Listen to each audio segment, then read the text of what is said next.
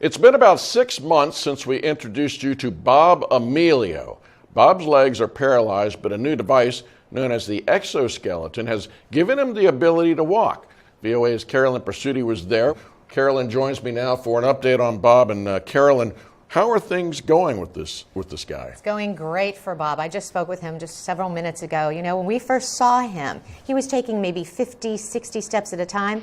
He's up to 1,000, and he can stand for a complete hour. So he had to get in shape, just to remind the audience. You don't just stick this device on. He had to sort of get in shape before he could wear it, right? Absolutely, and especially his arm strength. He needed to be able to push himself up from his wheelchair to stand up. And he said, you know, when he first started, he was gripping that walker very tightly. He said now he barely touches it when he walks. And when we last talked, Bob had mentioned that he had made a promise to his daughter. And what was that? Right, that promise was to walk her down the aisle. Trish Amelio had never seen or never remembered her father walking because she was a little tight. Too small. Right, when he had his injury, his spinal cord injury. And so he did walk her down the aisle, and with a huge smile on his face. I mean, I can only imagine. I mean, here you are, his daughter, and your dad's coming down the aisle. He's walking for the first time. I mean, what's happening at her wedding must be her makeup must be flooding down her face. You're right. He said to me,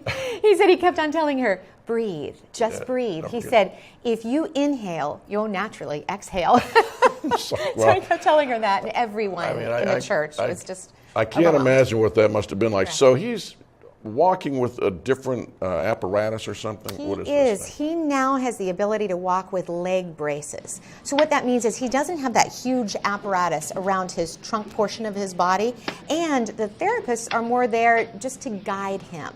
They don't really assist him as much. So just the braces, and then he has small crutches just to help him out in front of it, not the walker. Because it's interesting that he's advancing, and of course the Exo is very kind of cumbersome and bulky yet, but now the braces are less than that. Absolutely. And more streamlined and lighter for him. Right, and he said he has another goal now. And what is because that? He has 3 daughters. First daughter, he wheeled her down the aisle. Second daughter, which was just a month ago, he walked her down the aisle.